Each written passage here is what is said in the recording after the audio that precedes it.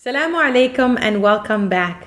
Thank you for joining Shaded's Ramadan series, where we're extracting the beautiful lessons from the story of Yusuf alayhi salam. Next is lesson number 20, which talks about wisdom in da'wah. After establishing the best form of spreading the beautiful message of faith through our actions, it is equally as important to understand how best to engage with others in dialogue when giving da'wah. And the term da'wah literally means to invite.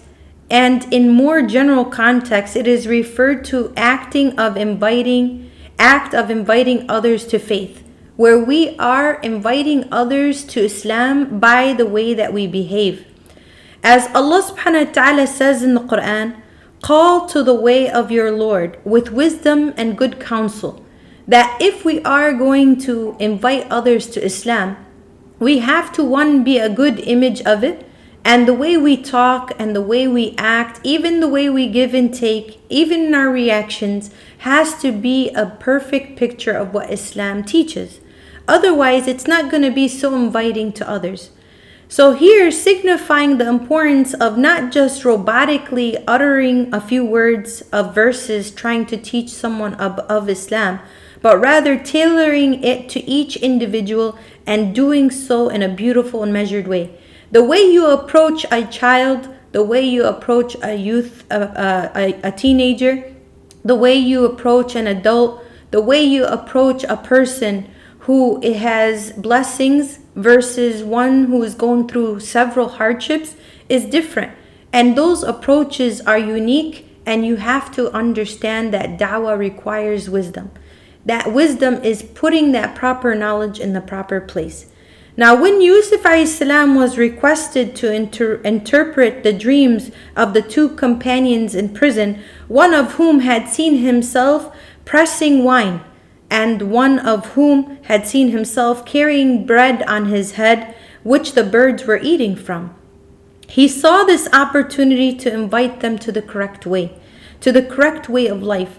And here Yusuf alayhi salam had done his duty by presenting his faith through his actions, which is why it resulted in these two young men feeling very comfortable with him.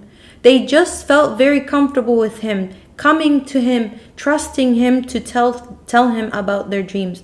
And they actually felt that he was noble and that he was a good person, and that's why they trusted him with these dreams. They had a level of trust in him, and it was only right for him to capitalize on this. That when we are entrusted, we have to utilize that trust correctly and be mindful of how we use people's trust when we are indeed trusted by others. He also understood that they were now in need of him.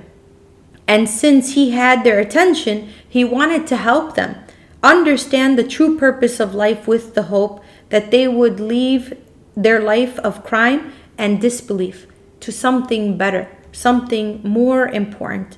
And it is for this reason why he began giving them da'wah, and he presented rational arguments to them to reflect.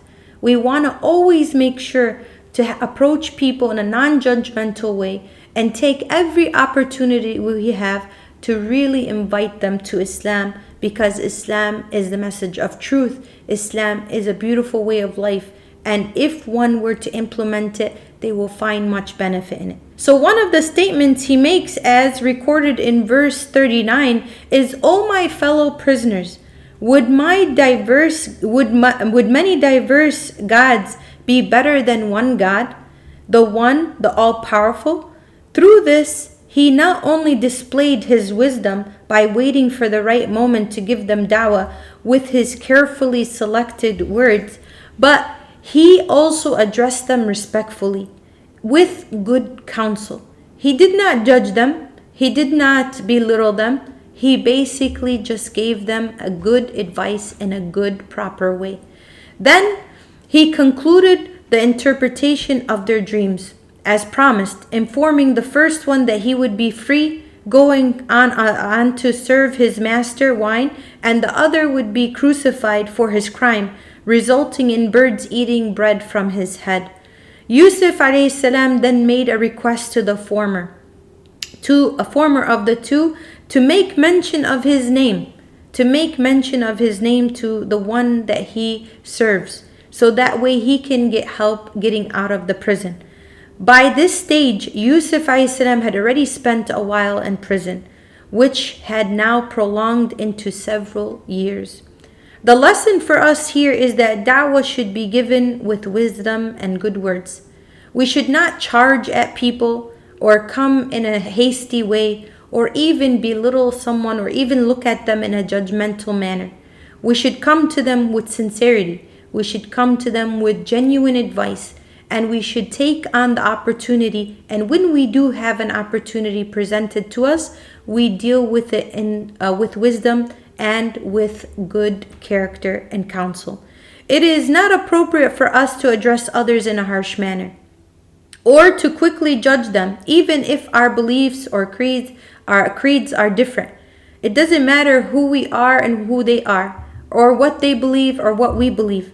In fact, when Prophet Musa ﷺ was sent to address Pharaoh, the Pharaoh, an open tyrant and oppressor who had the audacity to refer to himself as the Lord, the Supreme Lord, he was commanded by Allah to speak with him in a gentle way, with gentle words. So we understand here that we have to be reminded that any time we are approaching anyone, it should be with gentle words and kindness, with no judgment. And this, of course, does not always work. However, it is befitting for a believer to embody these characteristics when dealing with others. It doesn't matter if they accept the message or not, but how are you delivering the message is more important.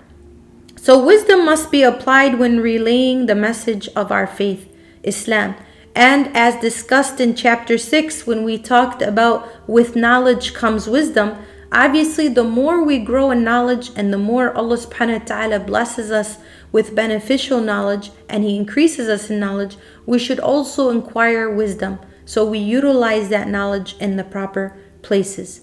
So one form of wisdom is to ensure the person you are engaging with is comfortable with you. If they're not comfortable with you, how do you expect them to open the doors for you to give them nasiha?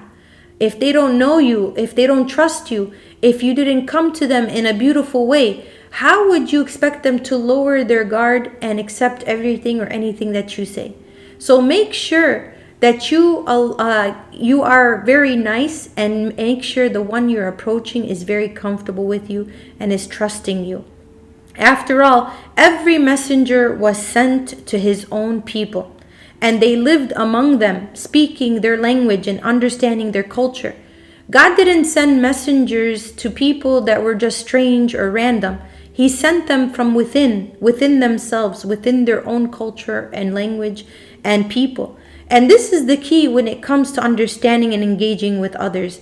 And this is precisely what Prophet Yusuf a.s. did in the prison. So be mindful. Anytime you have an opportunity to do da'wah, don't shy away from it, but also make sure that you are doing it in the best manner. Please stay tuned and follow Shaded for more lessons from Surah Yusuf alayhi salam. Jazakumullah khair for your time, and I hope that you have a blessed day.